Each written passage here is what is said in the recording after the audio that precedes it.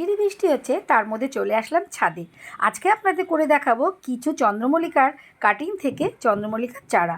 আমি প্রত্যেক বছর এই কাটিং থেকেই চারা তৈরি করি, আমি প্রত্যেক বছর গাছ কিনে আনি না। তো চলুন কিছুটা ডাল আমি ভেঙে নিয়ে আসলাম, এবার এটা আমি কীভাবে চারা তৈরি করব শেয়ার করি। নিয়ে নিলাম কতটা বালি, আর তারপরে নিয়ে নিলাম একটা ছোট্ট প্লাস্টিকের গামলা। এটা থেকে জল বেরাবার জন্য গামলাটা একটু ফাটিয়ে একটা ইট ঢুকিয়ে দিলাম। এবার বালিটাকে খুব সুন্দর করে সাজিয়ে নিলাম। সাজিয়ে নিয়ে এবার এর মধ্যে দিয়ে দেবো আমি জল, যাতে বালিটা ভেজা থাকে আর আপনাকে কিছু করতে হবে না। বালি যতটা পারে জল ধরে রাখে, তারপরে ছেড়ে দেয়।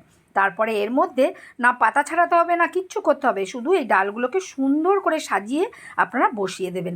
এর থেকে সুন্দর চারা তৈরি হয়ে যাবে, আর কোনো কিছুর দরকার নেই। অনেক ইউটিউবার দাদাভাই দিদিভাইদের দেখি রুট হরমোন লাগিয়ে চারা তৈরি করে, কিচ্ছু লাগবে না বন্ধুরা। আমি প্রত্যেক বছর এইভাবেই চারা তৈরি করি, এই সহজ পদ্ধতিতে, আর তাই এটাই আপনাদের সাথে আমি শেয়ার করলাম। তারপরে এই চারাগুলোকে কি করব, একটা বড় প্লাস্টিক এনে এই গামলাটাকে খুব সুন্দর করে ঢেকে একটা সানসেটের তলায় বেশ কিছু দিনের জন্য রেখে দেবো। তারপরেই যখন খুলবো দেখবো চারা হয়ে গেছে। আপনারাও খুব সহজ পদ্ধতিতে এইভাবেই চারা তৈরি করুন।